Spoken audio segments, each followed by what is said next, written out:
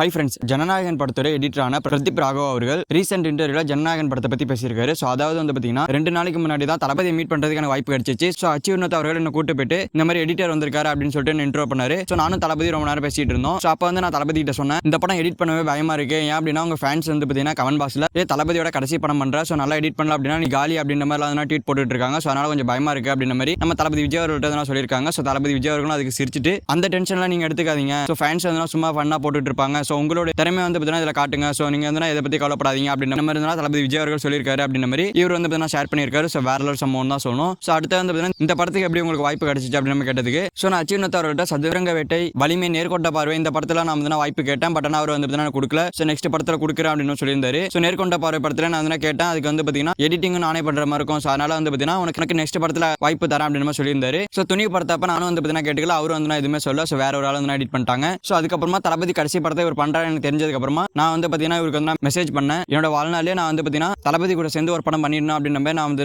Wait பண்ணிட்டு இருக்கேன். So நீங்களும் இன்னும் இருக்கீங்க அண்ட் தளபதி விஜய் அவர்களும் இருக்காரு. ஸோ இதுக்கு மட்டும் எனக்கு வாய்ப்பு கொடுத்தீங்க அப்படின்னா பெரிய பலனா அடைஞ்சிருவேன். ஸோ அந்த அளவுக்கு வந்து நான் எக்ஸைட்மெண்ட்ல இருக்கேன். ஸோ அதனால என்ன வந்து பார்த்தீங்கன்னா எடிட்டரா போடுங்க அப்படின்னு மாதிரி கேட்டேன் அப்படின்னு சொல்லியிருக்காரு. ஸோ அதுக்கு அச்சுவனத் அவர்கள் உடனே வந்து பார்த்தீங்கன்னா இவர் எடிட்டரா தூக்கி உள்ள போட்டாரு. ஸோ வேற ஒரு சம்பவம் தான் சொன்னோம். ஸோ இது மட்டும் இல்லாமல் இது தளபதி விஜய் அவருடைய கடைசி படங்கிறனால எனக்கு வந்து பார்த்தீங்கன்னா கொஞ்சம் கஷ்டமா தான் இருந்துச்சு. பட் ஆனால் வந்து பார்த்தீங்கன்னா நான் தளபதி கூட சேர்ந்து ஒரு படத்தை பண்றதுனால எனக்கு கொஞ்சம் என்ஜாய்மெண்டா தான் இருக்கு. ஏன்னா தளபதி விஜயோடைய கடைசி படத்தை நான் வந்து எடிட் பண்றேன். அதனால எனக்கு ரொம்ப பெருமையா இருக்கு அப்படின்னு மாதிரி சொல்லியிருக்காரு. ஸோ தென் படத்தை பத்தி ஏதாவது அப்டேட் கொடுங்க அப்படின்னு கேட்டதுக்கு நான் எதுவுமே அப்டேட் கொடுக்க மாட்டேன். ஸோ எல்லாமே வந்து அஃபிஷியலாக அவங்க கொடுப்பாங்க. ஸோ அதனால அதுலேருந்து எந்த ஒரு அப்டேட்டுமே வராது அப்படின்னு மாதிரி சொல்லிட்டாரு. ஸோ படத்தை வந்து ரிலீஸ் பண்ண 2 போஸ்டர் வந்து அரசியல் சம்பந்தப்பட்ட போஸ்டர் மாதிரி இருக்குன்னு கேட்டதுக்கு, ஸோ 2 போஸ்டருமே வந்து படத்துக்கு ஏற்ற மாதிரி சூப்பராக கொடுத்துருக்காங்க. படம் வந்து சூப்பராக வரும் அப்படின்னு மாதிரி சொல்லியிருக்காரு. ஸோ வேற எதுவுமே அவர் வந்து ஷேர் பண்ணல. ஸோ இவர் வந்து பார்த்தீங்கன்னா ஃபர்ஸ்ட் இந்த படத்தை தான் எடிட் பண்றாருன்னு நினைக்கிறேன். ஸோ இதுக்கு முன்னாடி இந்த ஒரு படத்தை எடிட் பண்ணது கிடையாது. ஸோ அதனால எடிட்டிங்ன்ற தரமா இருக்க போகுதுன்னு நினைக்கிறேன். ஸோ வெயிட் பண்ணி பார்க்கலாம். ஸோ அதே மீறி இவர் வந்து சொதப்பினார் அப்படின்னா கண்டிப்பா ஃபேன்ஸ் வந்து பிடிச்சி வச்சு சோசியல் மீடியாஸ்ல அடிச்சிருவாங்க. ஸோ அது வந்து கண்டிப்பா நடந்து தீரும். ஸோ அதனால அதெல்லாம் மேனேஜ் பண்ணி சூப்பராக எடிட் பண்ணி கொடுத்தாலே போதும். ஸோ கண்டென்ட் நல்லா இல்லை அப்படின்னா தான் அச்சுவனத் அவர்களை திட்டுவாங்க. ஸோ கண்டென்ட் நல்லா இருந்து